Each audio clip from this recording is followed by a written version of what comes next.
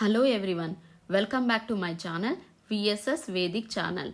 ఈరోజు మన టాపిక్ ఏంటంటే సోలార్ యోగాస్. సోలార్ యోగాస్ని మనం సూర్య యోగాస్ అంటాం అన్నమాట. సూర్య యోగాస్ అంటే ఏంటి? సూర్యుడికి సంబంధించిన యోగాలు అని అర్థం అన్నమాట. సూర్యుడు స్పిరిచువాలిటీకి సంబంధించిన ప్లానెట్ అన్నమాట. సూర్యుడు వల్లే మన ప్లానెట్ యొక్క స్ట్రెంగ్త్ చాలా పెరుగుతుందన్నమాట. అంటే అసలు మనకి ఆ లైట్ ఎక్కడి నుంచి వస్తుంది? సన్ నుంచి వస్తుంది. సో మన వెల్త్ అన్నీ క్రియేట్ అవ్వడానికి సన్ చాలా ఇంపార్టెంట్ ప్లేస్ అన్నమాట. దీనికి సంబంధించి 3 యోగాలు ఉన్నాయండి. ఈ 3 యోగాల్లో కూడా మనం రాహు, కేతు, చంద్రుడు ఈ 3 ప్లానెట్స్ని మనం ఎప్పుడూ కూడా లెక్కలోకి తీసుకోకూడదు అన్నమాట. ఎందుకంటే ఇది సూర్యుడికి మాత్రమే సంబంధించిన యోగాస్ అన్నమాట.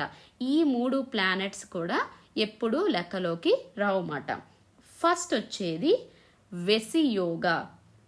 వెసి యోగా అంటే ఏంటంటే మీ బర్త్ చార్ట్లో సూర్యుడు నుంచి 2వ స్థానం, అంటే సూర్యుడు 9th హౌస్లో ఉన్నారనుకోండి, 10th హౌస్లో ఉందనుకోండి, అప్పుడు అది సెకండ్ అవుతుంది అన్నమాట.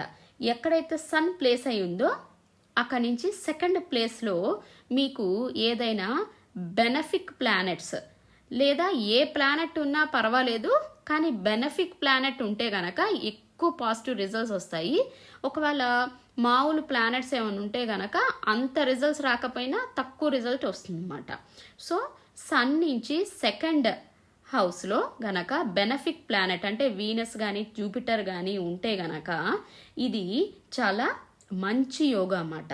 ఇక్కడ ఏమవుతుందంటే ఈ యోగా ఉన్నవాళ్ళు చాలా నిజాయితీ పరులు ఉంటారు, చాలా హెల్త్ కూడా బాగుంటుంది, చాలా హ్యాపీగా ఉంటారు, వీళ్ళకి వెల్త్ కూడా చాలా ఎక్కువ క్రియేట్ అవుతూ ఉంటుంది అన్నమాట. తర్వాత వచ్చేది వసి యోగా అంటారన్నమాట. ఈ వసి యోగాని మనం ఎలా చూడాలంటే ఇక్కడ కూడా మనం ఎప్పుడూ కూడా రాహు, కేతు, మూన్ని అస్సలు తీసుకోకూడదు అన్నమాట పరిధిలోకి.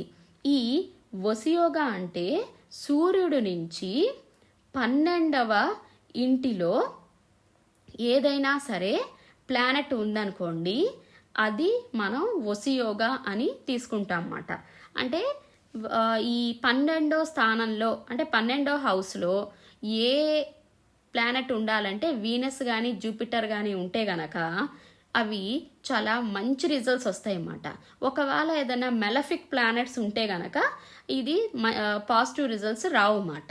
సో ఎప్పుడైతే బెనఫిక్ ప్లానెట్స్ ఉంటే చాలా మంచి రిజల్ట్స్ వస్తాయి అన్నమాట.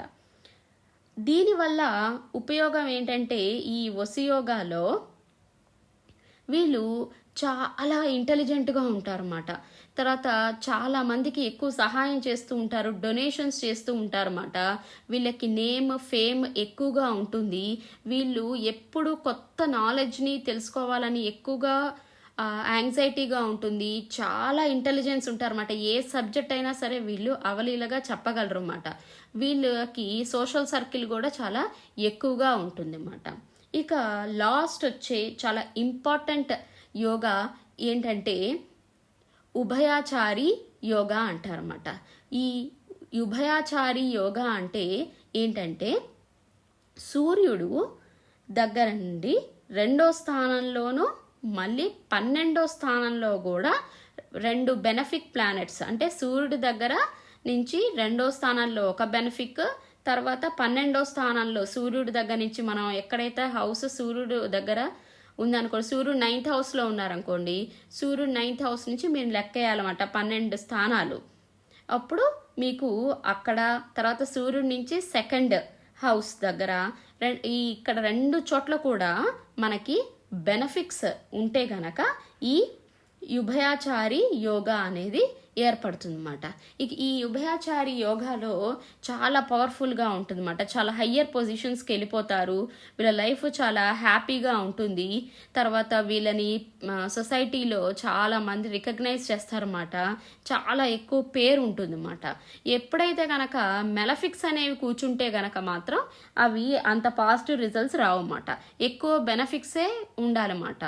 దీంట్లో కూడా మనం మూన్, రాహు, కేతుని అసలు ఎటువంటి పరిస్థితుల్లో కన్సిడర్ చేయకూడదు అన్నమాట. అట్లా మొత్తానికి ఈ సూర్యుని యొక్క ప్లానెట్తో మనం ఈ రాజయోగాస్ని చూడొచ్చు అన్నమాట. ఇవన్నీ కూడా రాజయోగాస్లో ఒక పార్ట్ అన్నమాట. దయచేసి నా ఈ ఛానల్ అయిన విఎస్ఎస్ వేదిక్ ఛానల్ని మీరందరూ సబ్స్క్రైబ్ చేసుకోండి.